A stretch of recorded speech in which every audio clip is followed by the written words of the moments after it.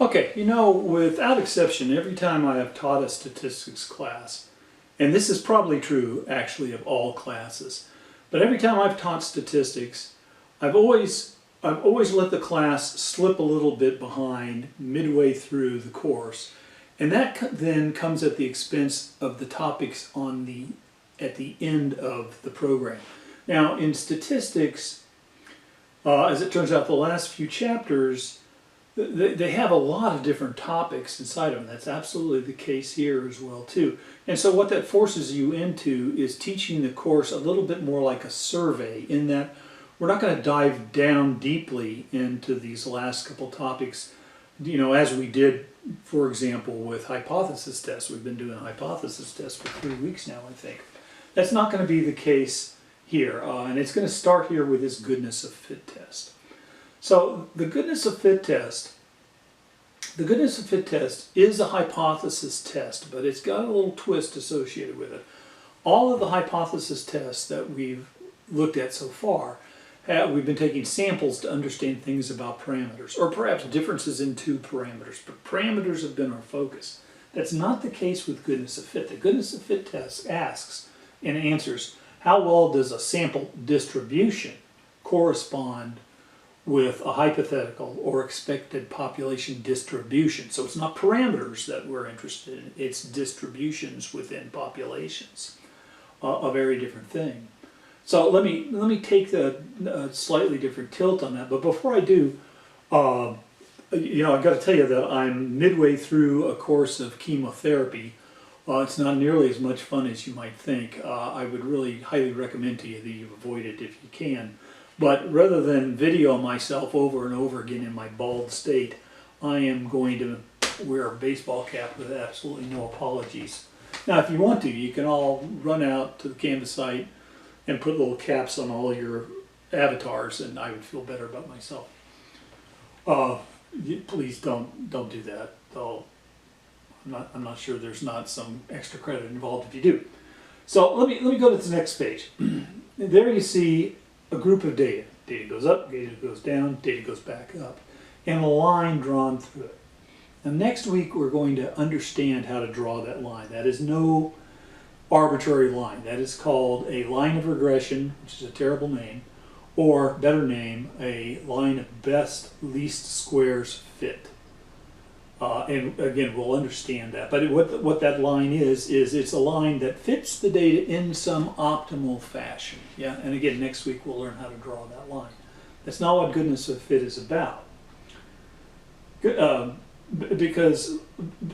you've got to look at that situation and say, well, yeah, okay, maybe that's the best line through that data, but it's not a very good fit, is it? The curve that goes through that data should be something that goes up, goes down, goes up.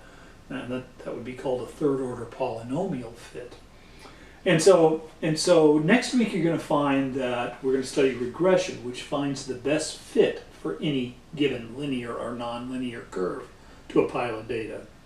But the goodness of fit instead measures how well that given fit fits to the data, right? Going back, straight line doesn't fit very well, not very much goodness. Third order line fits pretty well, more goodness, and a goodness of fit test would bear that out. So that's what we're after, but that's not how these problems come at you. The problems come at you like this. These are hypothesis tests. As such, a hypothesis test, every hypothesis test has its own test statistic. Here's the test statistic for the goodness of fit test. There is a group of values or data called the observed data, O. There's a group of values called the expected values, or E. They are matched in some sense. You take each pair, subtract O from E, square it, divide it by the corresponding E, add those all up. That sum is the test statistic. It's not nearly as difficult to do as it is to say. There is also a degree of freedom. This time the degree of freedom says the number of categories minus 1. Let me show you what that means. All of these problems are going to involve what is known as a one-way contingency table. A one-way contingency table has has a random variable. There's the observed random variable against a set of categories. In this case, this problem is a market analyst wanting to see if consumers have a preference among 5 new flavors of a new fruit soda: cherry, strawberry, orange, lime, and grape. He does a survey of 100 people, and there you have it. 32 preferred strawberry, cherry, 28 preferred strawberry, 16 orange, 14 lime, 10 grape. And yet the expectation is that there's no particular preference. So think about that for a second. This expected value is a calculated or theoretical value. If there are 100 people in 5 categories and there's no preference, then you'd expect 20, 20, 20, 20, 20 across those 5 categories. No preference. Same number of people in each one. The goodness of fit test asks, is this observed distribution close to the expected distribution or not? Doesn't that sound familiar? That's a hypothesis test. That's what hypothesis tests do. So in this case, and in all cases, the null hypothesis is going to say no difference between the observed and the expected. And the alternate hypothesis is going to say there is a difference. So just to tailor that to this situation, null hypothesis, consumers show no preference. Alternate hypothesis, consumers show a preference. Again, there are 5 categories. 5 minus 1, 4 is the degrees of freedom. Let's see how we do that. Last comment. Let's take this time only, and let's go through and explore how we would do this test in the traditional method. Remember, a traditional method calculates a test value, it calculates a critical value, compares those two. It makes a decision based on which side of the critical value the test value falls. I'm just going to stipulate for you here that the critical value in this case is 9.488. The reason I'm doing that is because in order to use your calculator to calculate the critical value, there's a very convoluted technique that you would use. It's actually easier, in my mind, to go to the web and find a chi-squared critical value calculator. It's really a piece of cake to do that, to find these values. It's even easier still to approach these problems in a non-traditional method. So let's finish out this traditional case. I've got to calculate the fruit soda flavors test statistic.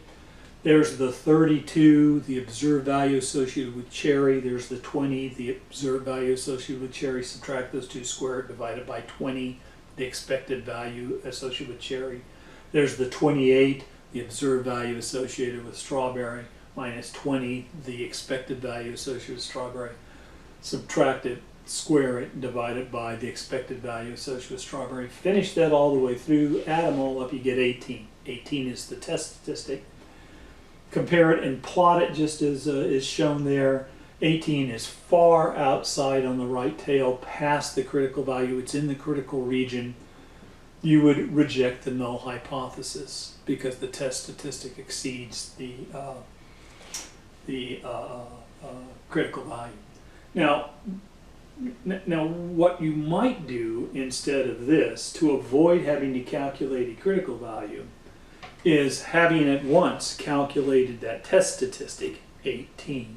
Let's calculate the p-value associated with it, because the p-value is the area under the chi-squared curve from 18 out to infinity. And we can do that because in second distribution we have a chi-squared CDF. Chi-squared CDF goes lower value, upper value, degrees of freedom. The lower value is 18, the upper value is infinity plus. It's a terrible thing to say here, I've written it as 10 to the 99th. And the degrees of freedom of 4. When you put that in and push the button, you find that the p-value is 0.001, and when you plot that, you see again that that p-value is less than our level of significance, 0.05, and therefore you reject the null hypothesis, just as we did before. Much easier way to go than calculating the critical value. So let me fade away right now and come back and show you how we're really going to use the calculators to do these problems. Okay, let me run through this problem in the manner in which we're going to do it, and do it from start to finish. I think you'll be amazed. So initially we've got to turn the calculator on. At that point I'm going to go to Stat, and once in Stat I'm going to go to Edit. Once in Edit now, I've already cleared things. I'm going to start taking these observed values, 32, 28, 16, 14, 10, and load them into list 1. Let me finish that off. I'm then going to toggle over to list 2 and enter the 5 20 values. There's 20, 20, 20, 20, 20, and at that point, once finished here, I'll have all the data in that I need. And so we'll return to Stat. We'll toggle over this time to Tests. Now we have to run down and not get confused, because there's two goodness of fits here. Functions. The first one is right there, chi-squared test. Let's not do that. Let's do chi-squared goodness of fit test. Select that, and it asks for where's the observed data. We put it into list 1. Where's the expected? List 2. Degrees of freedom of 4. We're ready to calculate. We do so, and there you have it. The test statistic is 18. The p-value is 0.001, just as we calculated by hand. Pretty easy.